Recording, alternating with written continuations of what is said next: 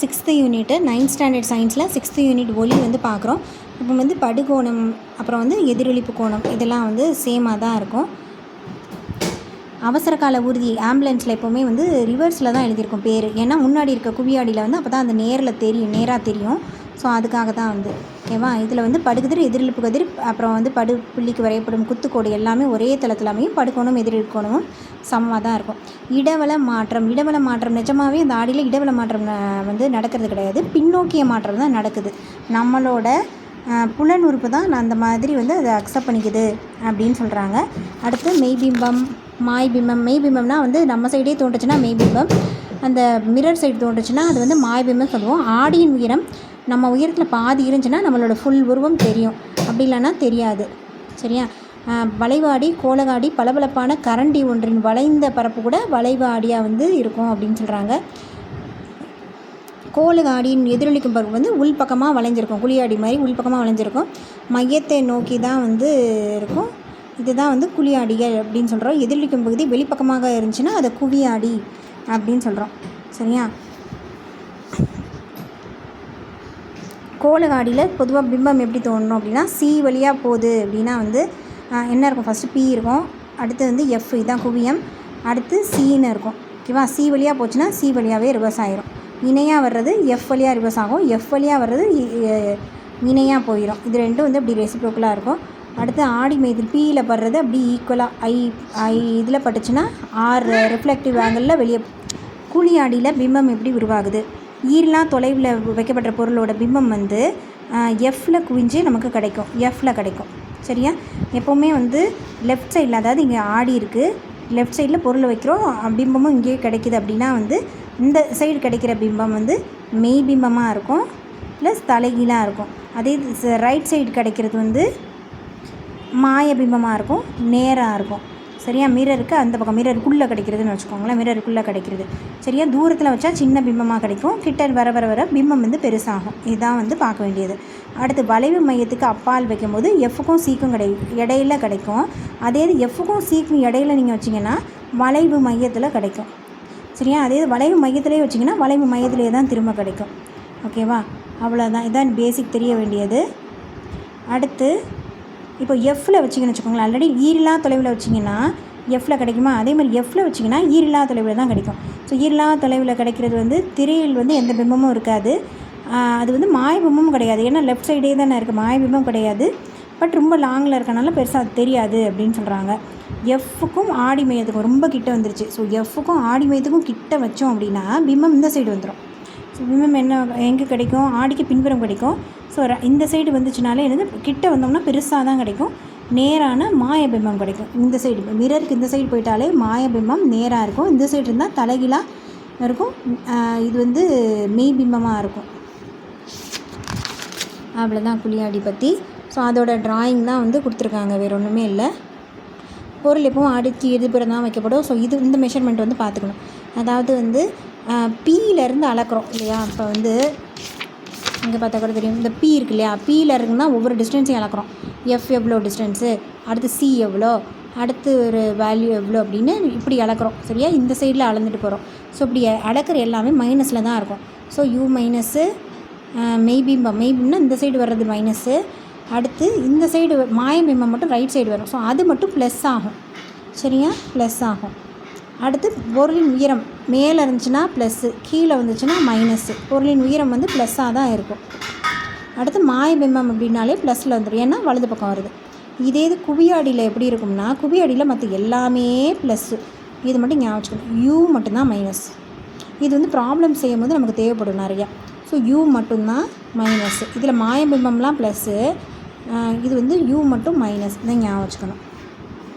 Formula 1/f = 1/u + 1/v, m = -v/u, m = hi, இமேஜோட height by ஆப்ஜெக்டோட height by ho -v/u. இதெல்லாம் அடுத்தடுத்த ஃபார்முலாலாம் use பண்ணுவோம். 10 சென்டிமீட்டர் குவியத்தொலைவுனா எஃப் கொண்ட குழியாடி ஒன்றிலிருந்து 15 சென்டிமீட்டர் தொலைவில் வைக்கப்பட்ட 1 சென்டிமீட்டர் உயரம் கொண்ட ஒரு பொருளின் பிம்பத்தின் அளவு, தன்மை, இடம் கண்டுபிடிக்கணும்.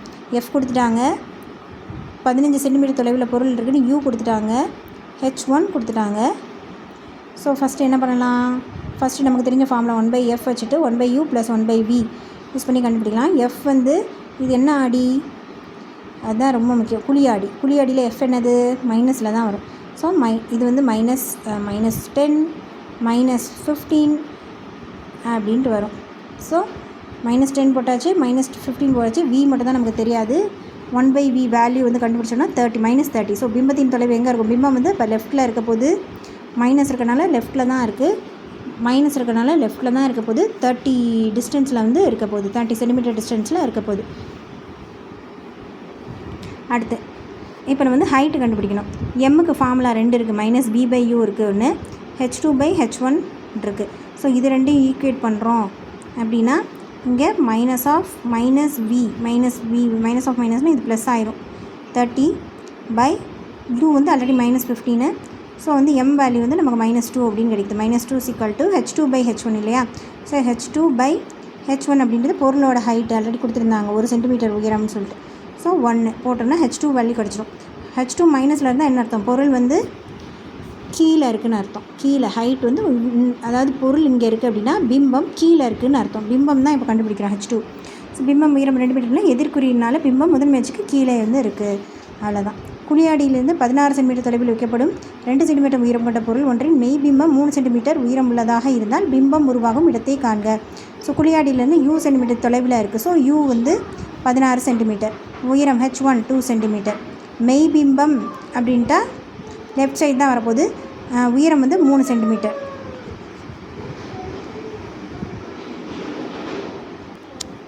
இதில் ஆக்சுவலி என்னென்னா வந்து இப்போ h1 இது வந்து ப்ளஸில் கொடுத்துருக்காங்க கரெக்டாக. h1 பொருள் வந்து இப்போ என்ன வைக்கிறோம்? இப்போ h1 இது தான் பொருள்னு வச்சுக்கோங்க. இந்த டிஸ்டன்ஸில் வைக்கிறோம். நிழல் எங்கே கிடைக்கும்? கீழே தான் கிடைக்கும். அதாவது அதோட உருவம் பிம்பம் கீழே தான் கிடைக்கும். ஸோ h2 கண்டிப்பாக இப்படி தான் இருக்க போகுது, மைனஸில் தான் இருக்க போகுது. h2 அப்போ -3, h1 வந்து 2 சென்டிமீட்டர். சரியா? u வந்து என்ன கொடுத்துட்டாங்க? u வந்து 16 சென்டிமீட்டர். ஸோ h1 h2 இருக்குது, u இருக்குது. ஸோ h1 h2 இருந்தாலே உருப்பெருக்கம் நம்ம ஃபஸ்ட்டு கண்டுபிடிச்சிக்கலாம். அதுக்கப்புறம் வந்து இந்த ஃபார்முலா யூஸ் பண்ணி நமக்கு தேவையானதை கண்டுபிடிச்சிக்கலாம். ஸோ m = h2 என்னது? -3. h1 எவ்வளோ? 2. ஸோ -1.5. ஓகேவா? m வேல்யூ கிடச்சிருச்சு. எம்க்கு இன்னொரு ஃபார்முலா -v/u. ஸோ -1.5 இங்கே போட்டுட்டு இது வந்து ஆல்ரெடி ஃபார்முலாவில் இருக்க -v/u வேல்யூ என்ன கண்டுபிடிச்சிருக்கோம் இங்கே? சரி, m வேல்யூ தான் கண்டுபிடிச்சிருக்கோம். u வேல்யூ வந்து 16 சென்டிமீட்டர் தொலைவுன்னு சொல்லியிருக்காங்கல்ல. ஸோ 16 சென்டிமீட்டர் போட்டாச்சு. ஸோ எல்லாத்தையும் கேன்சல் பண்ணோன்னா v = -24 சென்டிமீட்டர் அப்படின்னு வேல்யூ கிடைக்கும். ஸோ வந்து என்னாச்சு? மைனஸ்னால் பிம்பம் வந்து லெஃப்ட்டில் தான் இருக்க போது, 24 சென்டிமீட்டர் தொலைவில் வந்து இருக்குது. சரியா? அவ்வளோதான். இதில் ஆக்சுவலி முக்கியமாக பார்க்க வேண்டியது என்னென்னா, பொருளின் ஹைட்டும் கொடுக்குறாங்க, பிம்பம் ஹைட்டும் கிடைப்பாங்க. எப்போவுமே பொருளுக்கு ஆப்போசிட்டில் தான் பிம்பம் இருக்கும். ஒன்று ப்ளஸ்ஸாக இருந்தால் இன்னும் கண்டிப்பாக மைனஸாக தான் இருக்க முடியும். இது ஃபஸ்ட்டு 2 சென்டிமீட்டர் உயரம் அப்படின்னு சொல்லிட்டாங்க, ப்ளஸில் கொடுத்துட்டாங்க. ஸோ பிம்பம் என்னவாக தான் இருக்கும்? மைனஸில் தான் இருக்கும். இதை வந்து ஞாபகம் வச்சுக்கணும். இதுதான் வந்து இந்த ப்ராப்ளமில் முக்கியமாக ஞாபகம் வச்சுக்கிது. குழியாடியின் பயன்கள். மருத்துவர் பயன்படுத்தும் ஆடி, இந்த பல் மருத்துவர் கண் மூக்கு தொண்டெல்லாம் பார்க்குறதுக்கு யூஸ் பண்ணுவாங்கள்ல, அதெல்லாம் வந்து குழியாடி. ஒப்பனை ஆடி, குழியாடி. சரியா? அதே மாதிரி பிற பயன்கள் கை மின்விளக்கு, டார்ச் லைட்டு, வாகனங்களில் இருக்க முகப்பு விளக்கு, தேடும் விளக்கு எல்லாமே குழியாடி. சரியா? ஆற்றல் வாய்ந்த ஒளியை பாய்ச்ச உதவுகின்றன. குழியாடி எதிர்ப்பான்கள். அரை சூடேற்றியிலும் பெரிய குழியாடிகள் சூரிய சூடேற்றி பெருசாக வச்சுருப்பாங்களா, அதுலேயும் அரை சூடேற்றிகள்லையும் குழியாடிகள் தான் பயன்படுது. சரியா? வானில் உள்ள பொருட்கள் ஈரலா தொலைவில் இருக்கும். குழியாடி ஏற்படுத்தும் பிம்பம் தலைகீழாக இருக்கும், சிறியதாகவும் இருக்கும். அப்புறமா ஏன் குழியாடி தான் யூஸ் பண்ணுறோம் அப்படின்னா, ஈரலா தொலைவிலிருந்து ஒரு பொருள், அதாவது அந்த லைட் வருதுனாலும் அதை வந்து குவிக்கிறது எது தான்? குழியாடி தான். ஈரலா தொலைவிலிருந்து ஒரு லைட் வருதுன்னா அந்த பிம்பம் எங்கே குவியும்னு பார்த்தோம்? எஃப்பில் குவியும்னு பார்த்தோம். ஸோ ஒரு இடத்துல குவிச்சு நமக்கு அழகாக காமிக்கிறது. ஸோ அதனால தான் வந்து குழியாடி யூஸ் பண்ணுறோம். இதெல்லாம் முக்கியம். அடுத்து குவியாடி பெண்கள். குவியாடி எங்கெங்கே யூஸ் பண்ணுறோம்? இப்போ குவியாடி நம்ம காரில் முன்னாடி ஒரு மிரர் வச்சுருப்போம், பின்னாடி வர்ற வாகனத்தெல்லாம் பார்க்குறதுக்கு. ஸோ அது வாகனங்களின் பின்னோக்கு கண்ணாடி. சரியா? சைடில் வச்சுருக்கிறது, முன்னாடி வச்சுருக்கிறது எல்லாமே வந்து குவியாடி. அதே மாதிரி வேறு ஏன்னா குவியாடிய பார்வை புலம் பெரியது. சரியா? காரணம் என்னென்னா பார்வை புலம் குவியாடிக்கு பெரியது. போக்குவரத்து பாதுகாப்பு கருவியில், மலைப்பாதைகளில், குறுகிய சாலைகளில், அந்த கூர்ந்த வளைவுகளில் திரும்புகிறப்போ வாகனங்களை காண இயலாத இடங்கள்லாம் வந்து குவியாடி யூஸ் ஆகுது. அப்புறம் சிசிடிவியில் குவியாடி யூஸ் ஆகுது. வாகனங்களில் பின்னோக்கு கண்ணாடிகளில் எழுதப்பட்ட சொற்களை பார்த்துருந்தா என்ன எழுதியிருப்பாங்க? ஆப்ஜெக்ட்ஸ் இந்த mirror are closer than they appear அப்படின்ட்டு, அது அதை விட பக்கத்தில் இருக்கும் அப்படின்னு சொல்கிறாங்க. அடுத்து 20 சென்டிமீட்டர் குவிய தொலைவு எஃப் கொண்ட குவி ஆடி ஒன்று மகிழுந்து ஒன்றில் பொருத்தப்பட்டு உள்ளது. சரியா? அதிலிருந்து 6 மீட்டர் தொலைவில் இன்னொரு மகிழுந்து உள்ளது. இது வந்து இன்னொரு மகிழுந்து இருக்கா எதுவுமே பார்க்க வேண்டாம். இந்த மிரர்லேருந்து இன்னொரு கார் ஒரு ஆப்ஜெக்ட். ஸோ ஆப்ஜெக்ட் 6 மீட்டர் தொலைவில் இருக்குது. அப்போ அதுதான் யூ. அவ்வளோதான். முதல் மகிழுந்தின் ஆடியிலேருந்து பார்க்கும்போது இரண்டாவது மகிழுந்து எங்கு இருக்கும் அப்படின்னா என்ன அர்த்தம்? பிம்பம். ஆடியிலேருந்து பார்க்குறப்போ ரெண்டாவது மகிழுந்து எங்கே இருக்குன்னா பிம்பம் எங்கே இருக்கும்? வி கண்டுபிடிக்கணும். இரண்டாவது மகிழுந்து 2 மீட்டர் அகலம் 1.6 மீட்டர் உயரம் கொண்டது எனில் அதன் பிம்பத்தின் அளவு என்ன? ஸோ அகலம் உயரம் கொடுத்துருக்காங்களே, இதுக்கு எதுவும் ஃபார்முலா வருமா? அதெல்லாம் யோசிக்க வேண்டாம். நம்ம என்ன கண்டுபிடிக்கணும்னா உருப்பெருக்கம் மட்டும் கண்டுபிடிச்சி ஒவ்வொன்றத்தோடு மல்டிப்ளை பண்ணிட்டோன்னா பிம்பம் எவ்வளோ அகலம் இருக்கும், பிம்பம் எவ்வளோ உயரம் இருக்கும்னு கண்டுபிடிச்சிடலாம். ஸோ ஃபஸ்ட்டு குவிய தொலைவு குவிய தொலைவு கொடுத்துருக்காங்களா? யூ கொடுத்துட்டாங்க. யூ வந்து யூ மட்டும்தான் குவிய அடியில் என்ன பார்த்தோம்? யூ மட்டும்தான் மைனஸில் வரும், மற்ற எல்லாம் ப்ளஸில் தான் வரும். ஸோ யூ மட்டும் மைனஸில் போட்டுறோம். -6. So -600 centimetre. பிம்பத்தின் தொலைவு என்ன? 1/f = 1/u + 1/v போட்டு எல்லா வேலையும் போட்டோம்னா v வேல்யூ நமக்கு கிடச்சிது. பிம்பத்தின் அளவு கிடச்சிருச்சா? இப்போ மேக்னிஃபிகேஷன் போட்டோம்னா -b/u -19.35 பை ஆல்ரெடி இங்கே என்ன வேல்யூ இருக்குது? u வேல்யூ -600 இருக்கு இல்லையா? -600 அது போட்டாச்சு. இது வந்து ஆக்சுவலி இது அடிக்கிறதுக்கு ஈஸியாக இருக்குன்றதுக்காக இதை போட்டிருக்கோம். 19.35 போடாமல் அடிக்கிறதுக்கு ஈஸியாக இருக்கும்ட்டு இதை போட்டிருக்கோம். சரியா? இது வந்து ஃபார்முலாவில் இருக்க மைனஸு. இந்த வேல்யூ எப்படி போடுறோம்? பை அந்த 600, அதாவது -600 வந்து போடுறோம். அது போடும்போது இப்படி வந்து கேன்சல் ஆகி 1/31 வருது. m வேல்யூ 1/31 வந்துருச்சு. ஸோ பிம்பத்தின் அகலம்னா 1/31 × 200 1/31 × 160 அப்படின்னு போட்டோன்னா பிம்பத்தோட அகலம் பிம்பத்தோட உயரம் கண்டுபிடிச்சி. எப்போ கேட்டாலுமே வந்து அந்த மேக்னிஃபிகேஷன் m கண்டுபிடிச்சி அதோட அந்த பிம்பத்தின் அந்த பொருளின் அளவை வந்து மல்டிப்ளை பண்ணிட்டோன்னா பிம்பத்தின் அளவு நமக்கு கிடச்சிரும், எந்த சம் எப்படி கொடுத்தாலுமே. சரியா? அடுத்து ஒளியின் திசை வேகம். கலீலியோன்றவர் என்ன பண்ணுறாருன்னா ஒளியின் திசை வேகத்தை கணக்கிட வந்து ட்ரை பண்ணியிருக்காரு. ரோமர் அப்படின்றவர் வந்து என்ன பண்ணுறாருன்னா வியாழனுக்கு போய் அங்கே வியாழனுக்கு போகலை, வியாழன் கோளில் 12 நிலவு இருக்கு இல்லையா? ஸோ அதெல்லாம் வந்து மெஷர் பண்ணி தோராயமாக 220 லட்சம் இருக்கும் கிலோமீட்டர் வினாடி அப்படின்னு சொல்கிறாரு. அடுத்து என்ன பண்ணுறாரு? நம்ம அர்மண்ட் பிஷே பேஷ்ன்ற மாதிரி அர்மண்ட் பிஷே தான் கரெக்டாக என்ன சொல்கிறாரு? 3 லட்சம் கிலோமீட்டர்/s அப்படின்னு சொல்லி முடிக்கிறாரு. ஓகேவா? சில உயிரினங்கள் வந்து இயல்பாகவே ஒளிரும். எது? உயிரி ஒளிர்தல்னு பேர். கடலுக்கு அடியில் ஆழத்தில் ஒளி குறைந்த பகுதியில் வாழக்கூடிய புழு, மீன், ராட்சச சிப்பி, நட்சத்திர மீன் இதெல்லாம் வந்து மற்ற உயிரிகிட்டிருந்து தற்காத்து கொள்ள மின்னுகிற இல்லாட்டி ஒளிரும் பண்பை பெற்றுள்ளன அப்படின்னு சொல்கிறாங்க. அடுத்து ஒளி விலகல் பற்றி கொடுத்துருக்காங்க. அடர்மிகு அதாவது அடர்குறை ஊடகத்திலிருந்து அப்படின்னு நான் சும்மா எக்ஸ்பிளைன் பண்ணிடுறேன். அடர்குறை வெளியில் அடர்குறை ஊடகத்திலிருந்து அடர் மிகுந்த ஊடகத்துக்கு உள்ளே போகிறப்போ அது உள்ளே இருக்க செங்குத்து கோட்டை நோக்கி விலகும். அடர் மிகுந்த ஊடகத்திலேருந்து அடை குறைந்த ஊடகத்துக்கு போகும்போது அது செங்குத்து கோட்டை விட்டு விலகி செல்லும். அவ்வளோதான், 2 தான். அடுத்து அதைத்தான் வந்து கொடுத்துருப்பாங்க நிறையா. ஒளி விலகல் விதிகள் அதே மாதிரி தான். படுகதிர் விலகுதிர் படுகதிரில் குத்துக்கோடு எல்லாம் ஒரே சமயத்தில் அமையும். சரியா? sin/sin r ஒரு மாறிலி. ஸோ மியூ வேல்யூ வந்து என்னது? sin/sin r. அது போக இந்த ப்ராப்ளமில் பார்த்தா தெரிஞ்சிடும். காற்றில் ஒளியின் திசை வேகம் 3 × 10⁸. கண்ணாடியில் ஒளியின் திசை வேகம் 2 × 10⁸. அப்படின்னா கண்ணாடியில் ஒளி விலகல் எண் மியூ எவ்வளோ அப்படின்னா எது கண்டுபிடிக்க போகிறோமோ அதைத்தான் கீழே போடணும். எதுக்கு கண்டுபிடிக்க போகிறோமோ ஒளி விலகல் எதுக்கு கண்டுபிடிக்க போகிறோமோ அதைத்தான் கீழே போடணும். சரியா? கண்ணாடியில் ஒளி விலகல் எண் கேட்டிருக்காங்களா? ஸோ அதோட திசை வேகத்தை தான் கீழே போடணும், இன்னொன்று மேலே போடணும். அவ்வளோதான், மியூ வேல்யூ கிடச்சிருச்சு. அடுத்து அடர்குறை ஊடகத்திலிருந்து அடர்மிகு ஊடகத்திற்கு ஒளி செல்கிறது. படுகோணம் விலகோணம் இது விலகோணம் IR. முதல் ஊடகத்தை பொறுத்து ரெண்டாவது ஊடகத்தின் ஒளி விலகல் எண்ணை கணக்கிடுக. ஸோ இதுலேருந்து அடர் மிகுந்ததுலேருந்து குளிர்ந்து போகுதா எதுவுமே பார்க்க வேண்டாம். IER இருக்கா? மியூ sin/sin r தான். எப்படினாலும் இந்த ஃபார்முலா தான்.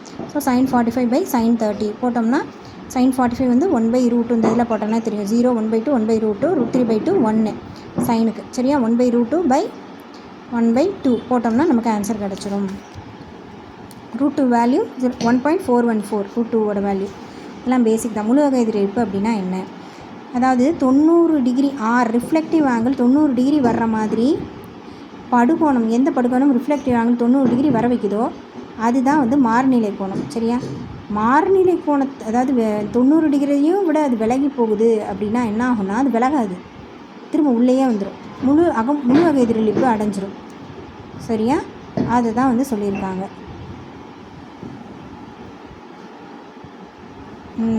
இப்போ இயற்கையில் முழு வகை எதிரொலிப்பு எதுக்கு நடக்குது? ஒன்று காணல் நீர் நம்ம பார்க்குறதுல முழு வகை எதிரொலிப்புனால தான் காணல் நீரே வருது.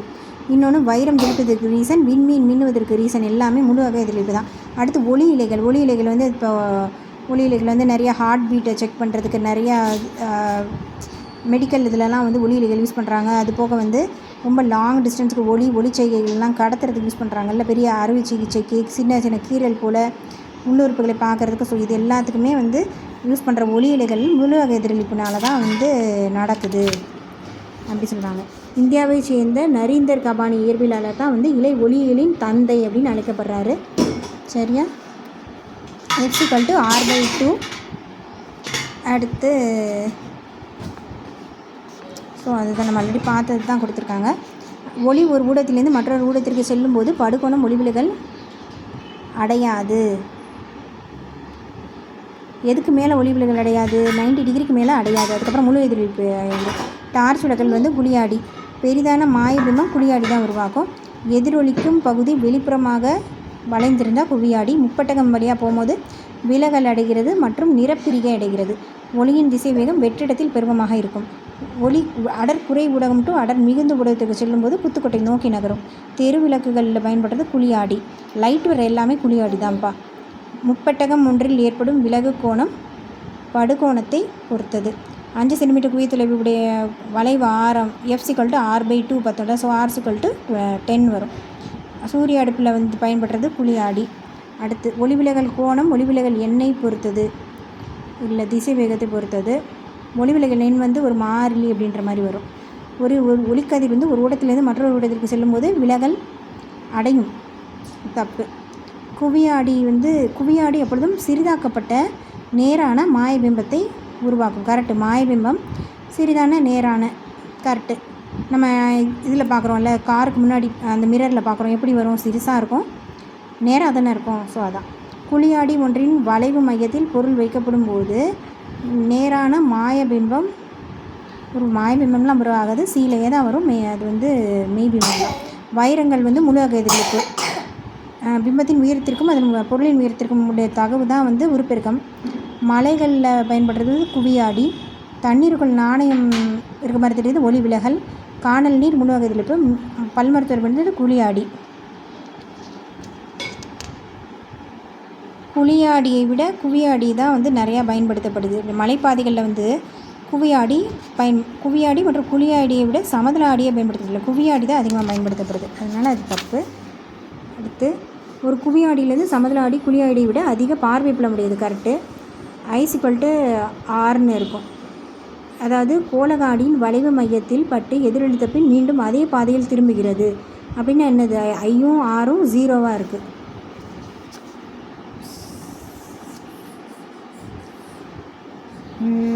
இதெல்லாம் வந்து ஜஸ்ட்டு பேசிக்ஸ் தான் கொடுத்துருக்காங்க. அடுத்து பின்னோக்க ஆடி அப்படின்றது குவியாடி. காரில் பல் மருத்துவர் குழியாடி. கை மின்விளக்கு குழியாடி. பல்பொருள் சிசிடிவி வந்து குவி. ஒப்பனை ஆடி வந்து குழியாடி. சரியா? அதே திசையில் எப்போவுமே எதிரொலிச்சிச்சுன்னா I=R=0ப்பா. சரியா? அதே திசையில் எதிரொலிச்சிச்சுன்னா. அடுத்து கணக்குகள். குழியாடியின் முன் 7 சென்டிமீட்டர் தொலைவில் பொருள் வைக்கப்படுகிறது. அதன் ஒன்றில் மும்மடங்கு உருப்பெருக்கம் எப்படி இருக்குது? 3 மடங்காக இருக்குது. அப்போ உருப்பெருக்கம் வந்து 3. உருப்பெருக்கப்பட்ட பிம்பம் வந்து கிடைக்கிறது அப்படின்னா பிம்பம் எவ்விடத்தில் கிடைக்கும்?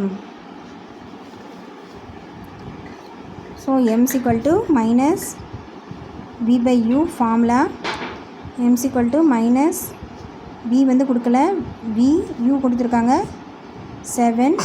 ஸோ வந்து 3 × 7 போட்டோம்னா நம்ம 21 கண்டுபிடிச்சிட்டோம். v வந்து 21 கண்டுபிடிச்சிட்டோம். பிம்பம் எவ்விடத்தில் இருக்கும்? 21 சென்டிமீட்டர் தொலைவில் இருக்கும். காற்றிலிருந்து 1.5 ஒளிவிலகல் எண் கொண்ட கண்ணாடி பாலத்திலிருந்து ஒளி செல்கிறது. கண்ணாடியில் ஒளியின் திசைவேகம் என்ன? காற்றிலிருந்து ஒளிவிலகல் 1.5 ஒளிவிலகல் எண் கொடுத்துட்டாங்க. கண்ணாடி பாலத்திற்கு ஒளி செல்கிறது. இப்போ கண்டுபிடிக்க வேண்டியது கண்ணாடி பாலம். கண்டுபிடிக்க வேண்டியது தான் கீழே போடணும். ஸோ மியூ வந்து கொடுத்துட்டாங்க 1.5. ஸோ 1.5 இஸ் ஈக்குவல் டு காற்றுன்னா 3 × 10⁸ பை கண்ணாடி வந்து கண்டுபிடிக்க வேண்டியது எக்ஸ்ன்னு வச்சுக்கிட்டோம்னா இதிலேருந்து இதை டிவைட் பண்ணிட்டோம்னா நமக்கு ஆன்சர் கிடச்சிரும். அடுத்து நீரில் ஒளியின் வேகம் கொடுத்துட்டாங்க. வெற்றிடத்தில் ஒளியின் வேகம் கொடுத்துட்டாங்க. நீரில் ஒளி விலகல் கண்டுபிடிக்க வேண்டியது நீர். ஸோ அதை தான் கீழே போடணும். 2.5 × 10⁸ மேலே 3 × 10⁸ போட்டோன்னா ஆன்சர் கிடச்சிரும்.